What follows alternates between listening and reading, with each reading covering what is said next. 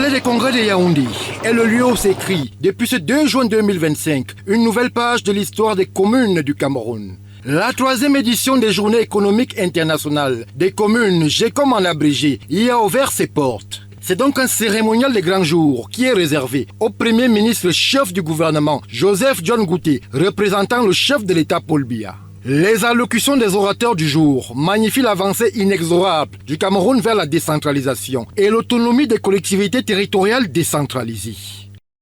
Pour rappel, ce concept s'articule autour de la promotion des richesses de nos territoires, de la valorisation du potentiel de nos communes, en se fondant sur les opportunités qu'offre la coopération décentralisée et une véritable diplomatie économique des territoires.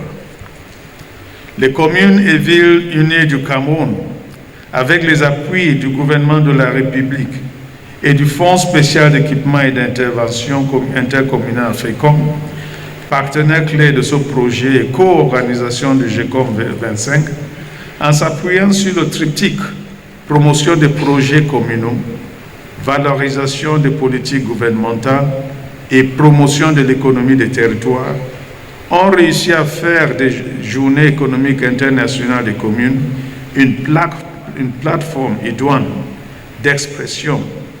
Auréolé par la présence des membres du gouvernement, acteurs politiques de tous bords et des têtes couronnées, venus matérialiser les orientations du chef de l'État qui font du développement à la base un catalyseur de la stratégie globale d'émergence en 2035.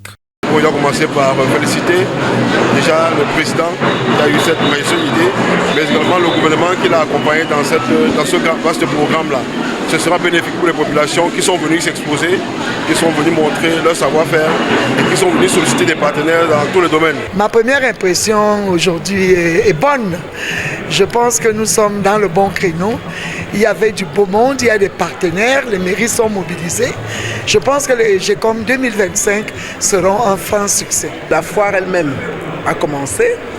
Nous sommes très flattés de voir déjà plusieurs partenaires sillonner nos stands. Et nous avons bon espoir que cette fois-ci sera la meilleure. Avec un ancrage résolument international, les Journées économiques internationales des communes ambitionnent promouvoir le potentiel des collectivités territoriales décentralisées camerounaises, mais surtout capter les fonds mis à disposition par la multitude de partenaires venus nombreux. Avec une mention spéciale pour le Maroc, pays à l'honneur, constitué d'une délégation de 37 personnes, mais aussi de la France, conduite par son ambassadeur au Cameroun, Thierry Marchand. La présence des chefs d'entreprise du MEDEF international et d'acteurs communaux témoigne du dynamisme des territoires camerounais, porté par le président des communes et villes unies du Cameroun. La présence de la délégation marocaine aujourd'hui témoigne de la place de la coopération décentralisée et ce, bien entendu, sous l'impulsion et la vision éclairée de Sa Majesté le Roi Mohamed VI, que Dieu l'assiste. Nous tenons à la gratifier et également tout ce qui se fait déjà avec le Royaume du Maroc et le Cameroun en général et en particulier pour le financement des collectivités territoriales camerounaises, les communes, par les fonds FACDI qui en réalité sont une opportunité de financement d'un certain nombre de projets territoriaux. Cette décentralisation de commune à commune qui est extrêmement féconde entre la France et le Cameroun, c'est une vieille histoire. Ça a commencé dans les années 70-80 avec des villes qui se sont toujours mis en relation les unes avec les autres.